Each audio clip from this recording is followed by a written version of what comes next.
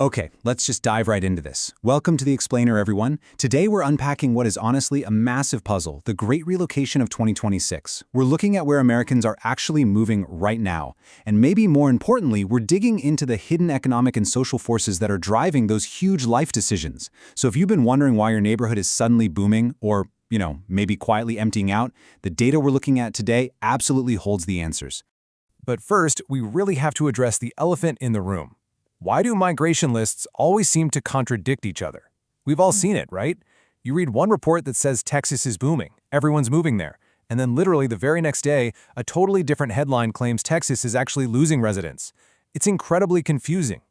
Well, it's not because someone is necessarily lying or wrong. It's actually because these reports are measuring completely different things.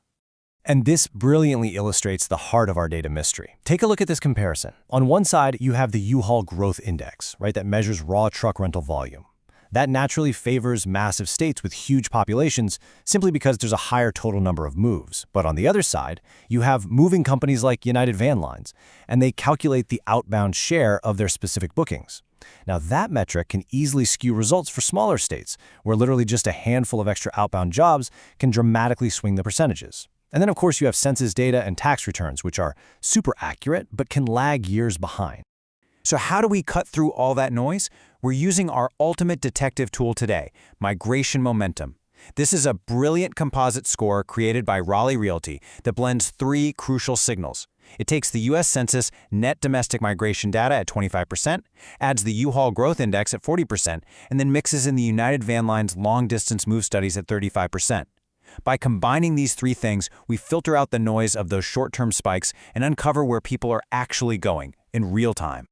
All right, Section 1, Where Americans Move. Let's track the migration. The data here reveals a really fascinating divide. Over on the left, we've got our top migration momentum states. South Carolina is actually leading the pack, followed closely by North Carolina and Idaho. So what do they have in common? Well, they offer mid-sized stability. Movers are searching for progress without constant pressure, right? They're finding expanding job markets without the overwhelming intensity of those larger coastal metros. Now, on the right, you see the bottom states losing momentum: New Jersey, California, and New York. In these places, departures consistently outnumber arrivals, which signals these massive outbound flows from our historical coastal hubs. But why are people moving to these specific places? Well, there's been a massive shift in human motivation. Historically, we moved for work. You got the job, you packed up. But wanting to be closer to family has officially overtaken job transfers as the primary reason Americans relocate. It's sitting at 29% compared to 26% for jobs. And retirement? That sits at 14%. Interstate relocation is just no longer a straightforward linear calculation about your paycheck. It's become this complex decision about lifestyle and support systems. Before we leave the whole topic of where people are going, we absolutely have to talk about the wild card here, Oregon. While much of the West Coast is seeing heavy outbound trends, Oregon completely defies that narrative. According to United Van Lines, Oregon secured a massive 65% inbound rate. Why? Well, it's attracting job seekers in growing tech and healthcare fields to places like Eugene Springfield, which actually boasts an 85% inbound rate all on its own. It offers a more affordable, mid-size alternative to the massive tech hubs, so it's retaining that West Coast cultural pull, but without the extreme pressures. Moving right along to Section 2, the Great Cost Squeeze and how push factors emerge. Let's start over in the Midwest, specifically looking at this major demographic shift happening in Illinois. The state is currently facing a significant outmigration challenge, and it's being driven by a really tough compounding effect of daily friction and economic concerns. Look at this number. It's honestly staggering. Since 2018, Illinois has experienced a net loss of more than 168,000 residents. And when polled by M3 Strategies for the Illinois Policy Institute, nearly 69% of respondents who said they'd consider leaving cited tax policy as a top issue. In 2024 alone, of the nearly 83,000 residents who left the state, almost all of them headed straight to states with lower taxes.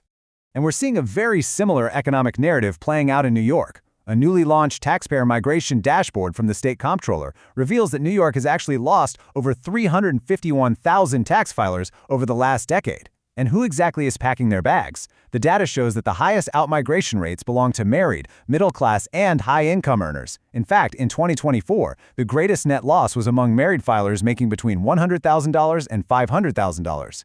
You see, when everyday costs start to stack up, residents eventually sit down, do the math, and start calculating if leaving is just the most rational choice. But it's not just the Midwest and the Northeast feeling the squeeze. What happens when paradise itself becomes a financial trap?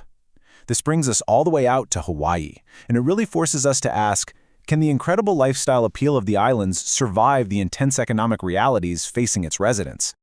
Just think about this number for a second. $950,000. That is the median price for a single-family home in Hawaii in 2024.